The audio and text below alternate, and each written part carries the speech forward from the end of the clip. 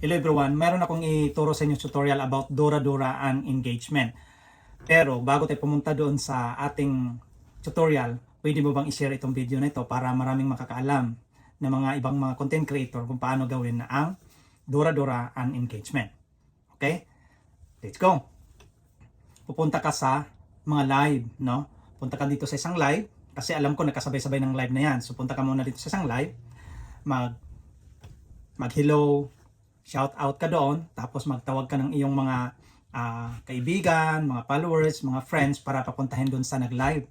And then, siyempre mag-stay ka muna doon ng 10 to 15 minutes para makipag-conversation ka doon, magngumusta ka, mag-send ng mga ano-anong mga dati, mga emoji, mga flowers, ibang mga messages, no?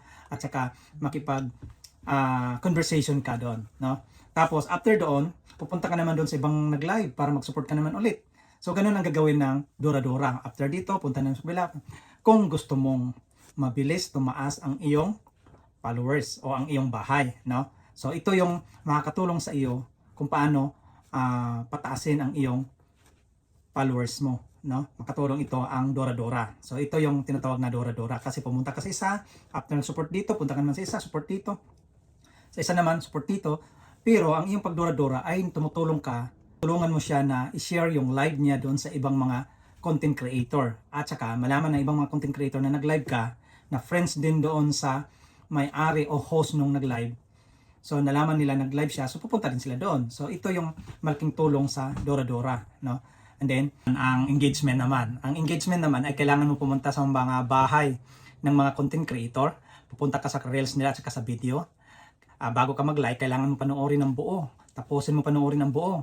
Tapos saka ka mag-like, and then mag-comments ka. Ang comments mo ay naaayon o naaangkop doon sa mga bagay o mga video o reels na pinanood mo, no? Tapos after mo mag-comments, kailangan mo i-share para malaman din ng ibang tao na itong video o reels niya ay nakaka-inspired, may natutunan ka or napapasaya ka, at saka kakaibang klase na reels at videos ito, kaya kailangan mo i-share. So ganun yung proper engagement.